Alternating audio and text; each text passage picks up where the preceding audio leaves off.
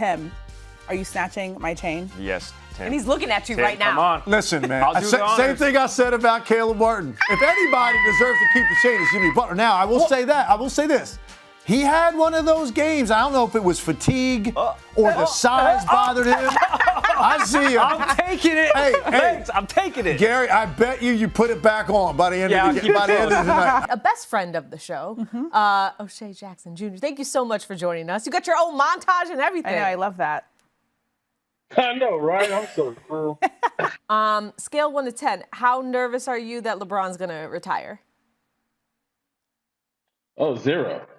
There's no way LeBron's not going to get a farewell tour. I mean, he's just going to leave in the offseason. Stop. Miami wins, then it's gonna be a fun series. So I'm sort of hoping for chaos. So let's see what happens. Could you imagine? Weekend down Jersey Shore. Actually. What you guys would say about me if I was walking in the arena right now wearing that? We'd be like, Same thing. there goes I got legs. Right. I doubt it. Even more than that, would you ever wear sunglasses inside legs? No, I never have. I think I did it one time. I ran into a pole. They're going to get 1 out of 2, I think, in Miami, but I don't see the Heat winning in Denver in this series. There's no stopping this guy. Yeah. Give me the Nuggets in game 2. I'm going Nugs also. Actually, he just got a triple-double. I just already heard it. Yeah, it's already, It's already there. It's Pre-game introductions, he had a triple-double. Thank you so much for watching Hoop Streams, presented by DoorDash. This is the finals. We have a will, we have a belief, we keep finding ways to win. The hungers of the burning flame have a championship to reclaim. Respect the trackers of glittering gold with their very own history fixed to unfold.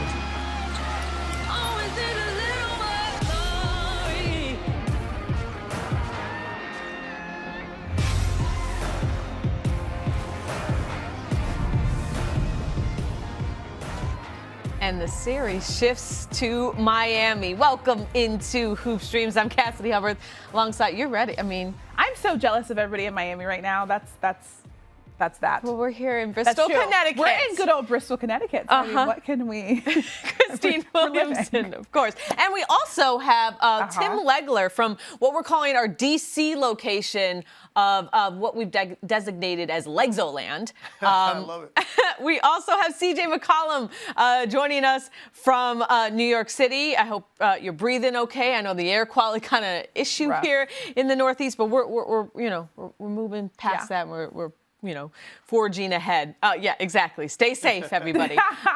So look, as I mentioned, we're all tied up at 2 in this series. The Heat win game 2 after a few adjustments from game 1. Let's see exactly how things went down in game 2. Throws it down and the foul. Jokic is a scoring machine here in the third quarter. The Denver Avalanche. We've faced tough times this year, and so we've learned how to handle setbacks and then just getting to work. 10 straight points by the Heat. And Miami, their first lead since early in the second quarter. Duncan Robinson drives and finishes. Tremendous response. Miami's overcome a 15-point deficit. Back out to Murray. His three-pointer. Three-point game, 4 seconds. Murray, step back, three-pointer, won't go, and it's over. The Miami Heat have tied the NBA Finals. What a comeback here on the road for the Heat. I mean, that was quite the game. So Miami gets the 3-point win. CJ, having a few days to digest what happened in that game, what was your biggest takeaway from the Heat's win? I think my biggest takeaway was Spo's ability to adjust on the fly. I think most coaches, watch the film and they're hesitant to shift game plans at times. I think for him it was simple. He looked out there. He said, I'm going to put Kevin Love out there, a veteran who can shoot the ball, spread the floor for us. I'm going to put Jimmy Butler on Jamal Murray, and I'm going to put Bam on Joker.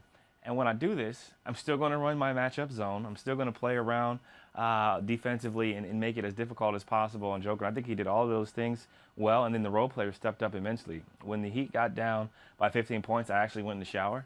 And when I came back out, they had cut the lead, and the game looked completely different. I think for me as a fan now, obviously I play, but as a fan when I watch, you look for the importance of role players, you look for key adjustments, and then you try to figure out which star is going to really take over the game. And I thought Joker tried in that third quarter, scoring 18 points, but didn't get enough help from his teammates.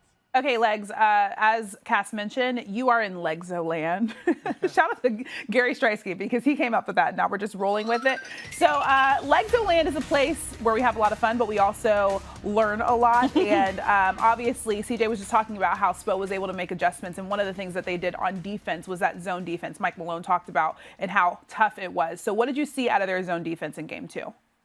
Well, I thought, first of all, you see a team that practices it more than any other team in the league, and that's why they're so good at it. So you see just tremendous connectivity at the top, the way they communicate. You know, watch the guys at the top in particular, the way that they pass the ball handler off from one guy to the next, always pointing, always communicating. But the other thing to look at is the lack of movement on the part of Denver.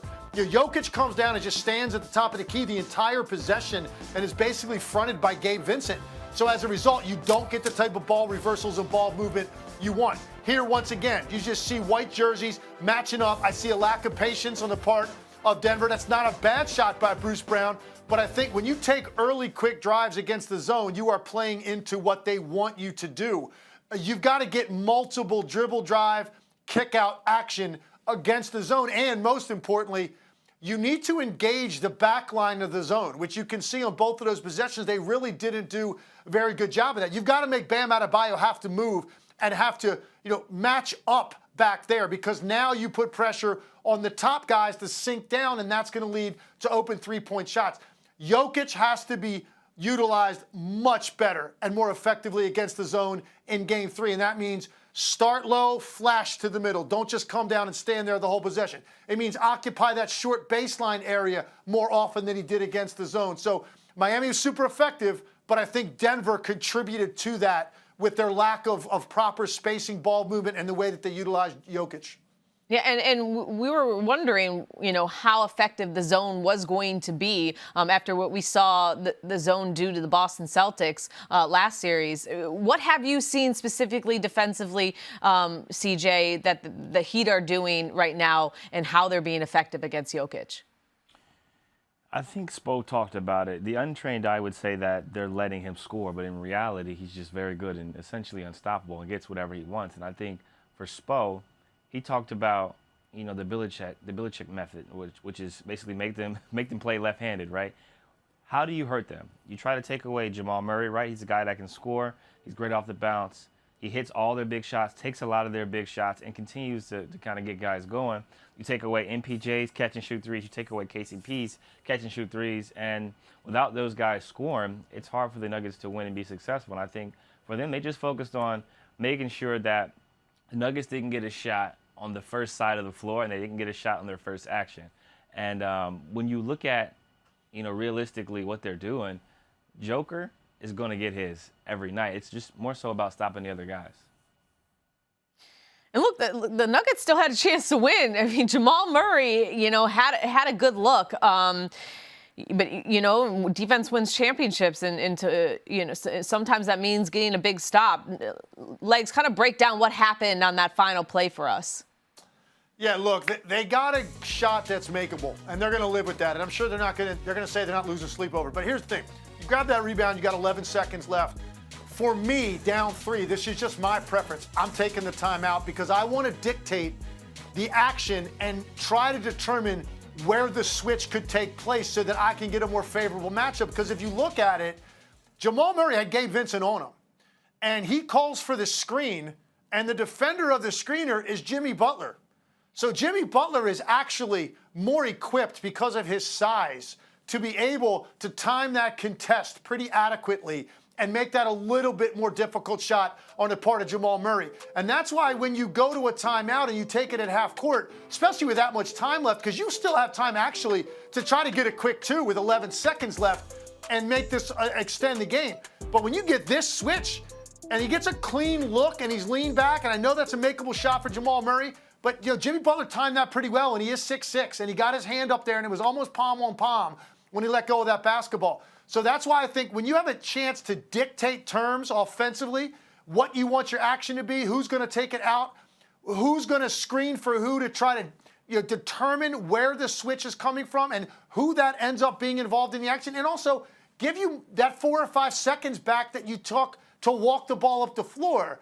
That extends the game. It's just my personal preference. I'm not going to question a guy that's coaching in the NBA Finals. I certainly haven't done that. But I'm just saying for me, and I've coached a lot of basketball in my life, I would like to see that timeout down 3 with 11 seconds to go. But again, makeable shot. I know CJ McCollum, one of the best in the business at that exact shot. Going left, step back, jumper. That's money for guys like CJ, Jamal Murray. I understand that.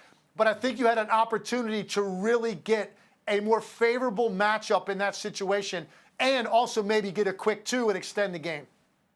Yep, that makes sense. Let's go to some news that came out of the NBA today because things are popping across the league. The fact that Chris Paul, reports have come out that the Suns are possibly going to waive Chris Paul. So Woj is saying that the Suns ownership and executives have had a series of conversations with CP, but they insist that they are still working through several possibilities on his future. So, CP3 says he wants to return to the Suns and still partner with Booker and KD. But what do you think is the best course of action? Because, CP3 is obviously 38 years old. Yeah, I think the best option for him at this stage is to be right where he is because, they didn't really have a lot of time together when they acquired Kevin Durant. You look at it, as soon as he got there, first of all, at the trading deadline, you don't have a lot of games left anyway, around 25 games, and then he gets hurt. They had a great start. He gets hurt, shuts it down. He almost really misses the rest of the regular season, kind of come back on the fly. They haven't had a lot of time to get rhythm. And then Chris Paul gets hurt. So they didn't really get that cohesion that you were looking for. I think it's a great setup for Chris Paul playing with these two guys because it takes a lot of pressure off of him to have to be a scorer and to have to play every night. And I thought it was being a great opportunity to preserve him longer in the postseason. But it really never came to fruition because of the lack of playing time together and then his own injury. So I don't know. If he's looking to win a championship, where else would you want to be than playing next to Devin Booker or Kevin Durant for an entire season? It just seems like it's a tailor-made situation for a pure point guard. And look, CP and his reps want the organization to make a decision well ahead of the June 28th deadline to guarantee his deal. So, they could proceed into the marketplace if he is indeed waived. But CJ, which teams do you think would best benefit from adding a point guard like CP at this stage in his career? I can think of a lot of teams that would love to have his services. I mean, you look at what he's done throughout his career, obviously, but what he brings from a leadership standpoint, the intangibles, the ability to get others involved. And then you look at a lot of teams across the league who have young guards that may either need mentorship or need to continue to learn how to perform at a high level as a lead guard. I think he checks a lot of the boxes, and obviously he can still go get a bucket. It's unfortunate that they went through the injury that they went through this season because you never really got to see them at full strength with Monty at the helm. I also love that this is coming right after. I don't know if you guys saw that Chris Paul was on the Pivot Pod and he was talking about his trade and going to the Clippers and all that and all the drama surrounding not going to Lakers. So I just like that CP3 is currently in the news cycle right now. All right, you guys are watching Hoop Streams. We're live on Facebook, Twitter, YouTube, and the ESPN app as we get you set for Game 3 of the NBA Finals. And obviously 305 is a place to be right now. We have Game 3 of the NBA Finals tonight, Game 3 of the NHL Stanley Cup Final tomorrow night, and Inter Miami is about to sign Lionel Messi. So it's not a bad week. Okay, so Miami is a spicy place, right? Yes. And Coach Michael Malone is a spicy guy. We've gotten to know him a little bit more in this NBA Finals and NBA playoffs. So we're going to do something, and we're going to rank how spicy Coach Malone falls on a spicy meter. All right? So it's either mild, hot, or spicy. That means super spicy. Okay, so after winning Game 1, obviously, versus the Lakers, the Nuggets didn't get as much respect as I feel like most people thought that they should get. And this is what Mike Malone had to say after Game 1. Now let's talk about effort. I mean, this is the NBA Finals, and we're talking about effort. That's a huge concern of mine. We had guys out there that were just, whether feeling sorry for themselves for not making shots, or thinking they can just turn it on or off. This is not the preseason. This is not the regular season. It's not round. This is the NBA Finals. And that to me is really, really perplexing, disappointing. That was actually after Game 1 of the Finals, him getting into his team. And Legs, I've heard you talk about this a lot in terms of, the Nuggets knew they did not play well in Game 1, and obviously that carried over in Game 2. Mm-hmm. So give us the ranking of the spiciness that you feel is appropriate for that comment. Well, first of all, I want to clarify. I'm pretty sure that was after Game 2. That's after the game. Game 2, yeah, excuse me, game 2. That's after the game that they lost. Now we're getting these segments down, okay? Yeah. Like, game 2. Just making sure I'm not confused. But Clearly we are. So you have hot. You said it's hot. It's spicy. Hot, mild, hot, or spicy? Yeah, mild, hot, or spicy. I'm gonna go with hot, okay? Because he definitely made it. He got his message out. He was clearly disappointed and surprised. And I personally didn't necessarily think it was a lack of effort. I definitely think it was a lack of execution. They had a ton of breakdowns at the three-point line. I think 9 of the 17 made threes by the Heat. When I went back and looked at them the next day, were directly attributable to a miscommunication defensively or a guy biting too hard on a pump fake, fouling three-point shooters. So I don't know that it was effort in my book, but he was calling out effort. And you know what? It's rare nowadays to see coaches really go that far with their team.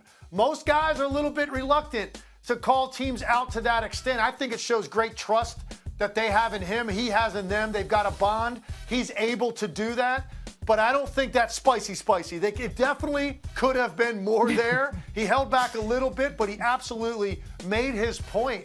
There is no time for any sort of execution issues or effort issues at this stage of the year, man. You've got to bring your best every quarter of this series. Thanks for getting us back on track, Legs. CJ, I hope you're following, okay? Let's roll the next clip, and we're going to get you to rate how spicy Michael Malone is.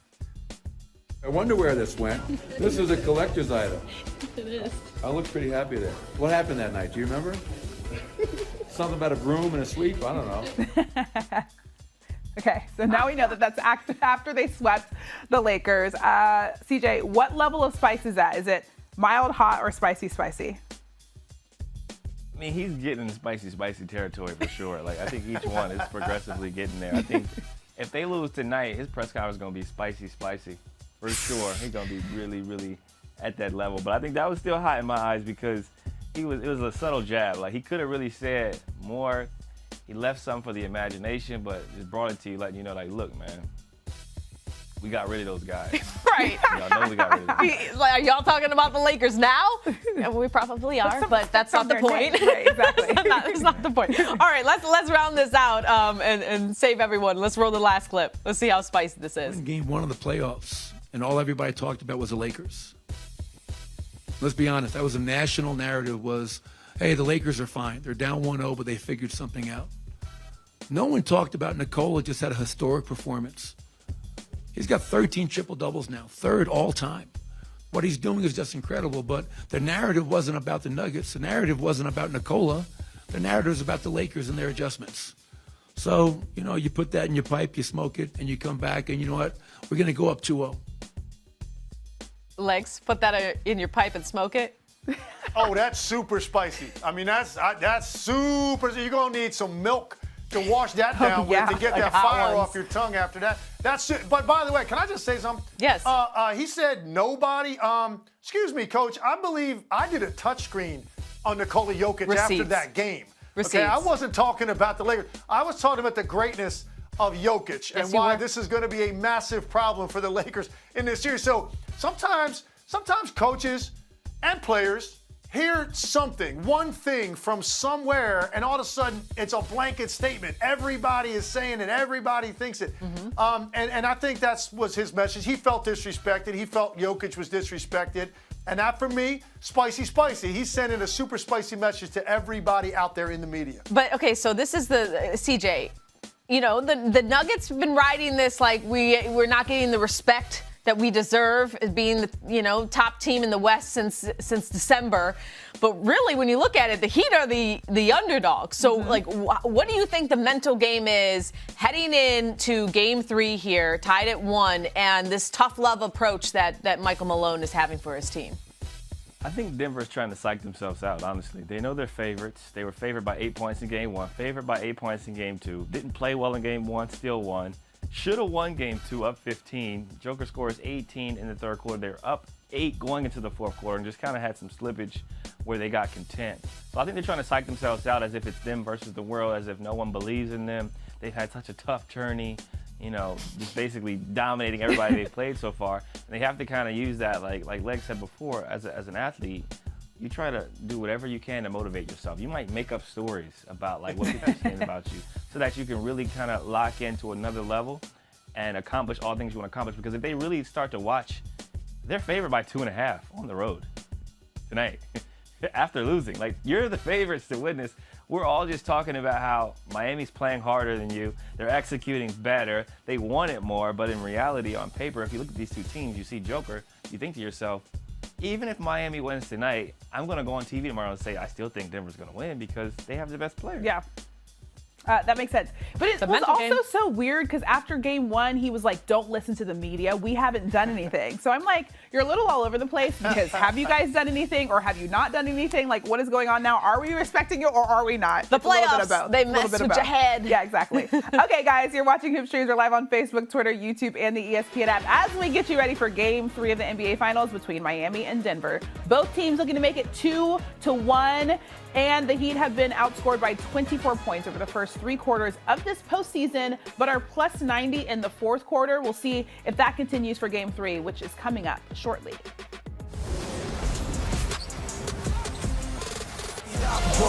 You know I'm trying to go. Attracting a lot of gold. It's better to reflect my soul. Sexton lobs it up and throwing it down. Sexton, somehow. Collin Sexton hits a 3. Let's stop him, Pookie, stop me. Let's stop him, Pookie, stop me. Let's stop him, Pookie, stop me. Sexton flies in for the flush. Smallest player on the floor with a huge impact. I mean, that montage had us bopping in the studio as we are excited to now be joined by Utah Jazz guard Collin Sexton. Thank you so much for joining us.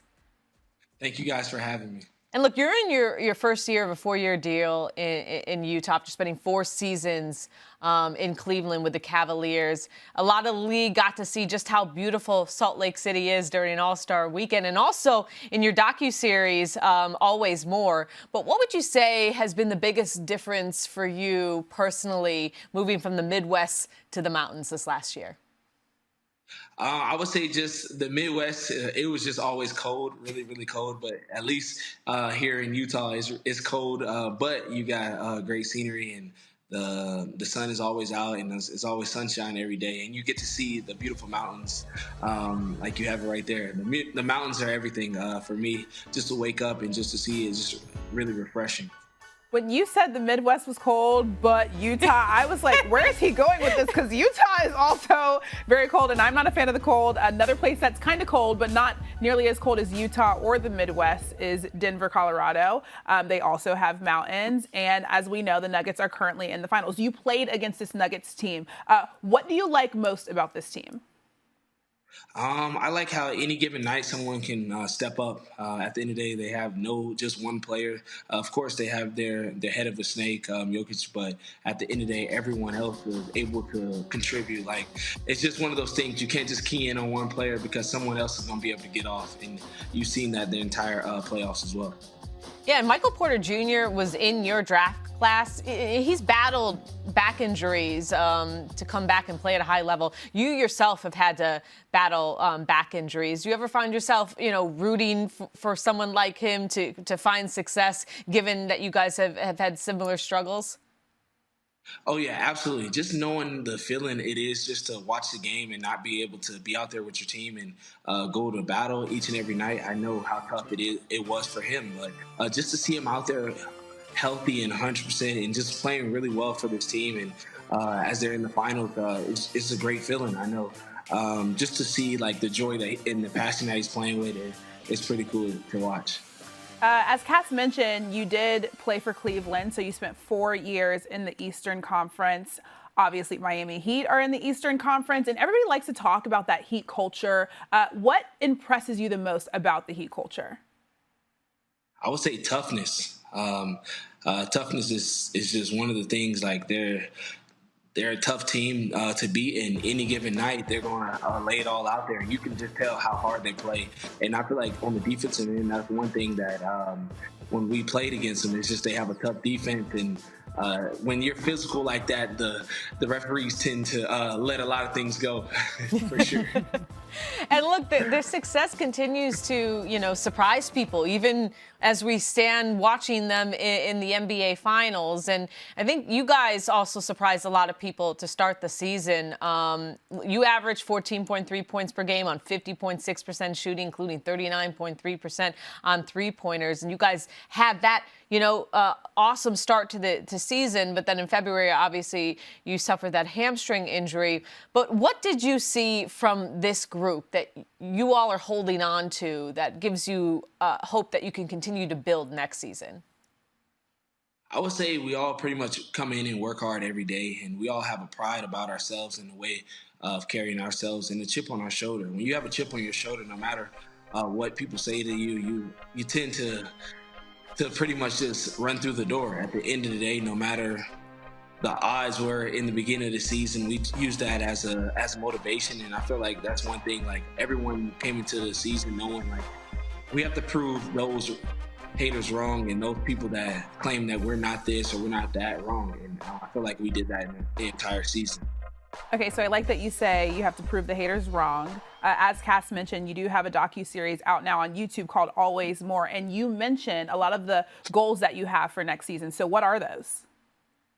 Just pretty much as a team, make the playoffs. We don't want to be watching the playoffs next season right now where we are right now. And for myself, just continue to be healthy, play a whole 82. I feel great right now, and just continue to allow that to transition through the entire season and come back and show people that I'm back. I feel like that's one thing for me, just showing people that I'm back and healthy and ready to go.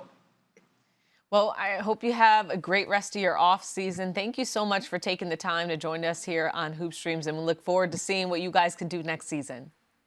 Absolutely. I appreciate y'all for having me. Okay, so as you guys know, we have some of the best faces at ESPN. Let's talk about some of the best faces in the NBA. Duncan Robinson shook the internet with that mean mug the other night, which got us thinking about some of the best faces that we've seen. So let's flash back to 2016 when NBA Finals, Cavs down 3-2, and LeBron sends Steph Curry a message with that face. Side talk. A little smack talk, right?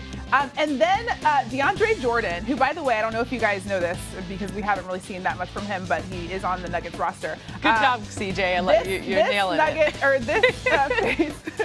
Oh, yeah, CJ's doing great right now. Yes, he's really is. So slamming over Brandon Knight, obviously he does that, and it's immediately priceless. Yeah. So. And we have a couple more faces. Gabe Vincent, he shined for the Heat in Game 2, but he also had a look of his own after hitting a wide open shot. How would you rate this look? Let's start with you, CJ, because you pretty much have the looks down. I think he was like, I've been out here killing. I just gonna leave me open like this? Yes, that's exactly right. I'm averaging 21 right now. Shooting 50 from the field. That was pretty good. And the Nuggets were not happy in Game 2, so much so that Jokic made this look. Legs, how would you rate this look from Jokic? He's just doing everything he can to get that one. You know what's funny about stuff like this? He goes on so long, and I don't know, has he ever seen them say, you know what, actually, we're going to go ahead and switch that. We're going to reverse that call. I don't think I've ever seen it. So it's just wasted energy on the part of Joker. I love that. Also, I don't know if you guys follow Art But Make It Sports on Instagram, but they do a great job of taking people's faces and connecting it to real art. So the Joker had one after the last game also, which I thought was amazing. Okay, guys, it's time to talk about this matchup for the main attraction as we get you ready for Game 3. So let's dive into it. The Heat had their fourth win when trailing by 8 or more points entering the fourth quarter this postseason, which, by the way, guys, is the most in a single postseason in NBA history. The Heat are 4-5. In those situations, the rest of the league is 1-41 this postseason. So how exactly have they got it done, Legs? Well, listen, they're a team that just continues. Miami continues to gain confidence each and every single round. This is what they do. They're super connected on both ends. They obviously have a chip on their shoulder with the number of guys that probably feel slighted from the path that they took to get to the league. And they have great belief and trust in their head coach. They feel prepared. And when you're prepared, you're confident because you don't really feel like you're going out there uncertain that you're going to see something that you haven't talked about and been prepared for. Look, they have shown me in the first 2 games in Denver, and I think Denver is a superior team. Miami has shown me that if Denver does not clean up their act, particularly defensively, Miami is capable of winning this series, and I did not think that going in. Now, look, I still think Denver's going to win it, but I think Miami has raised enough doubt because of the way Denver played in those first 2 games. They still have not hit their stride. I just don't think they're close to the best version of themselves, and if they continue that path, Miami has a chance to take the lead tonight and really put some pressure on this #1 seed in the West. Yeah, and as we talked about earlier, it's really a mental game. You pointed out, CJ, that, the Nuggets are trying to psych themselves out. So, they've heard all the things from game 2. Jokic with only 4 assists. Michael Porter Jr. did not play well. What are the Nuggets telling themselves in order to get an advantage here in Miami to take game 3? I think they're telling themselves 2 things, right? We've been outplayed. We've been outworked. And if we're going to lose tonight, it's not going to be because we were outplayed and outworked. We're going to make shots. We're going to miss shots, but we got to be aggressive. From an offensive standpoint, we got to be playing with force, get into our sets faster. Legs talked about being able to move around the zone, getting Joker to flash around the high post. They got to be very strategic about their movement patterns in the court, but also how hard they play. Making shots and missing shots is something you can't control, but after the game ends, I tell you one thing's for certain. Mike Malone's not going to be talking about how his team didn't play hard. It's just going to be a matter of whether or not they execute the game plan. But I assume they're going to play hard tonight because, as Lake said before, I think Denver wins this series. But if you go down 2-1, and now they only got 2 games left to win, they've already showed they can win on the road without playing their best basketball. So this is a game the Nuggets have to win tonight. I want to talk about this Nuggets team, specifically one Nikola Jokic, because Kevin Durant tweeted, and he said, "I don't think Jokic wants or cares to be a star. Go to work, go home, FaceTime his horses, and hop in the pool," which sounds like a great nighttime routine if you ask me. Legs, do you agree with what KD said? Definitely. The way that he carries himself is with so much humility. He goes out there, and he's just an incredible player the way he affects the game, but I just don't think he really cares about the limelight. He really doesn't. He's unique and special in that way. I really believe he just wants to win. And I think that's why you see such a reaction to him from his teammates, his coaching staff, how badly they want it for him, because he's the ultimate selfless superstar that can do anything he wants on the court, but really can dominate a game for an entire quarter without taking a shot, as you showed in game 1. And that's not taken away from his brilliance or his competitiveness. So, CJ, when you play against Nikola, what stands out to you about his competitiveness and the type of star that he is? He cares about winning. I think he puts winning at the top of his list as a priority. He doesn't care about statistics. He doesn't care about scoring. He could go score 30. It's about him winning at the end of the day and making sure his teammates are happy. And he carries himself that way, on the floor, off the floor. Very nice guy, family-oriented man. I think he was asked about, his pregame routine in terms of if he's watching other games or not. And he was like, "No, I'm going to go home and do whatever my family wants." And I think that's his mentality. Be a professional, work on your craft, and then once you leave work at work. And he goes home and lives a life as if he's not, a 2-time MVP. Which honestly, when you think about it, a lot of times players and just people in general that are able to separate work from their regular life are able to, because they don't have as much pressure, they're able to just play and live their lives a lot freer because they don't put as much pressure on themselves. Okay, game 3. Let's get predictions. Legs, you start us off. I like Denver. I just think that everything that went down in those first 2 games, there is so much more there. I think they're operating at about 70% of what I saw them be at their best, not only in the regular season, but particularly in the playoffs. They just haven't gotten there. I think Michael Malone challenging their effort, what they're going to see on film of those first 2 games, the number of open looks that Miami had from the 3-point line, it's going to be a major point of emphasis for them. They're going to now, I think, attack the zone more efficiently. And I think Denver understands how critical it would be to immediately get that game back that they just lost at home and reestablish home court advantage in this series. I think we're going to see Denver's best game in the series so far tonight. CJ? I think Denver wins this game. I think it's a split going back to Denver for game 5, but I think understand the sense of urgency they have to have and how hard it is to beat a team twice in a row, especially after you beat a team on their home floor. I think they're going to split, get the first win, lose the second one. go back to Denver, and that's when things get interesting.